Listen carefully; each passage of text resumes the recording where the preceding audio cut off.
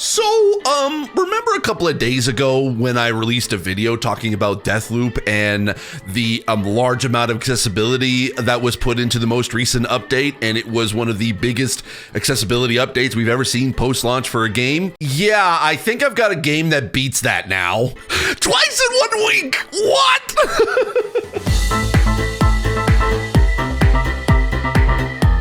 Hi, I'm Steve Saylor, I'm blind, and if you're wondering how I'm able to play video games if I'm blind, if you take a look at the video here, and if the video's not there, click the link in the description down below to see exactly what I see when I'm playing video games. Also, once again, if you like this video, click the thumbs up button and hit subscribe so you can see more of my videos, and the bell notification icon too.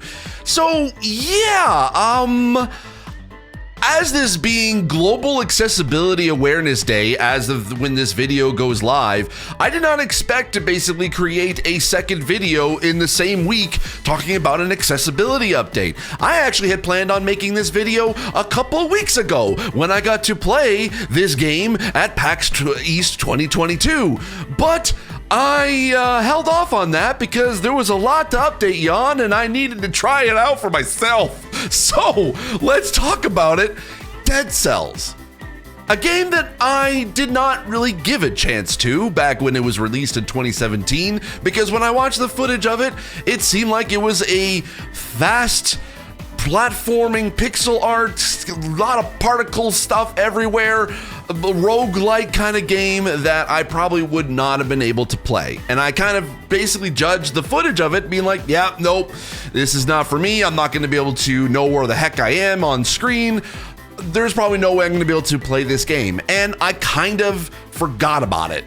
I just was like, you know what? Okay, it's there. People like it. People reviewed it well, but I'll probably never be able to play it. Meanwhile, all this time, Motion Twin, who developed Dead Cells, basically decided, you know what, we're gonna take all the accessibility feedback and let's make our game better. And boy howdy, did they deliver. I was going to talk about this because they initially had released this accessibility update in alpha on Steam, and as of recording this, it is now in beta, and I have a distinct feeling that this might actually be released before the end of May as an official release, so stay tuned for multiple platforms, but you can be able to play this now on Steam.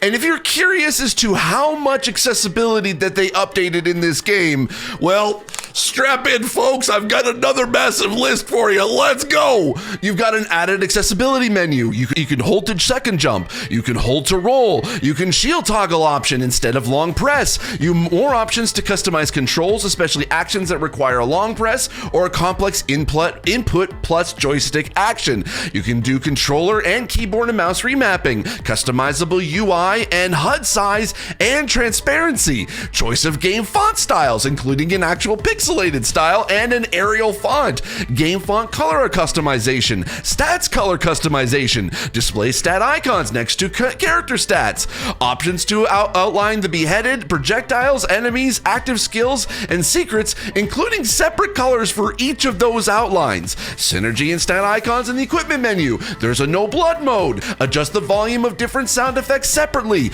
a fully customizable high contrast mode, adding a colored filter between the background and foreground. The color and the opacity of the filter can be freely and fully customized. Now that's not all, folks, because they got an assist mode. Let's go. You can reveal the entire map of the biome you're in. Auto hit mode, which automatically targets nearby enemies with your primary melee weapon, so you don't have to hit a button to be able to hit somebody. You can adjust the trap damage, and enemy health in percentage increments. You can slow down parry windows and trap speed, giving you more time to be able to react from enemy attacks. And you can also have multiple deaths. Each time you die, you can resurrect at the last checkpoint instead of at the beginning of the level. Once again, that's a lot. I am so amazed with studios when they're just like, you know what? We're putting our whole ass into accessibility, and you love to see it. And I have been playing Dead Cells. I was able to get a code from Motion Twin while at PAX, and I have been playing it on Steam, and it is really fun. I understand the what people enjoyed about this game. I understand why people even like the roguelike elements into this. The amount of weapons and potions and upgrades you can be able to do to your character makes it so much fun and such a blast to be able to play, and while still providing a challenge to the player, even with all of those accessibility options enabled. A lot of those disability barriers are kind of gone away, and you can be able to play this game with the same challenge as everyone else has. Now, there are some things that I definitely need updating in regards to even with all of these accessibility updates, but more so for the blind low vision than I noticed for deaf and hard of hearing and for motor disabilities, because there's a lot that's actually there for both motor and deaf players that actually can pretty much a lot of the disability spectrum is filled there. If there are any issues that you saw that still need to be updated, please leave a comment or reply to me and let me know, because I'd be very curious to know from your perspective if there's anything that's still missing. But as far as blind low vision, and this is kind of something that is still recurring in games, and it is something that is kind of a wider issue than just in both Deathloop and Dead Cells that I've played just this week. And that is in regards to text narration. There is dialogue in this, and there is sort of like a kind of a mumbled sort of voiceover, but there's no actual text that's being read in either voiceover or narrated. So that's something that I do wish that developers can be able to put more development in. I know that there is a lot that has to be done to be able to make that happen. So I'm not faulting Motion Twin for not including this as part of their update, because it is difficult to actually add narration. Doesn't mean that they shouldn't do it. It just means that there is a lot that still needs to be done to be able to make it basically for devs a lot more accessible, to use that term, for them to be able to enable text narration, at least from a stage that they can be able to do it post launch.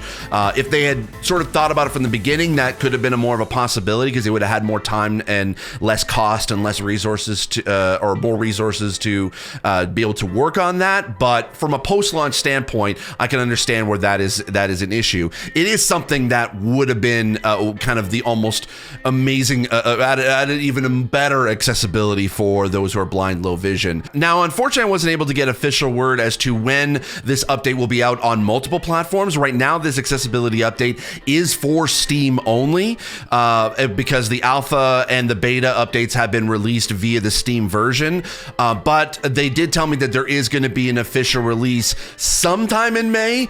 As of this video is going up on Global Accessibility Awareness Day, there's a possibility they might release it today. If not, then we'll hopefully see it soon. They did tell me at PAX that they were hoping for a release by end of May, but I would imagine, because this is now in beta, that this is something that they will be releasing very, very soon on multiple platforms. So if you have the Xbox version, the PlayStation version, or even the Nintendo Switch version, I would imagine that this would be an update that will be coming out very, very soon.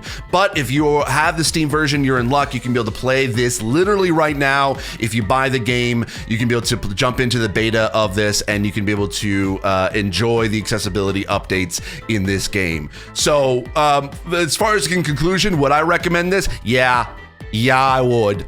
I would say play this now. They did some amazing things that I had never seen before, especially with the amount of color customization.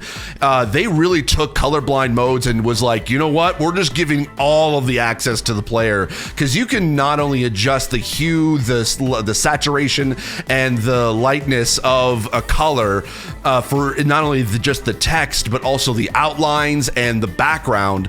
Like, this is something that I kind of wish that other games would enable the player to be able to have, like full color customization and opacity for a lot of these different sort of outlines or colors within the game, because that is such a huge thing for colorblind players, because colorblindness is more than just, okay, you can't see red or green.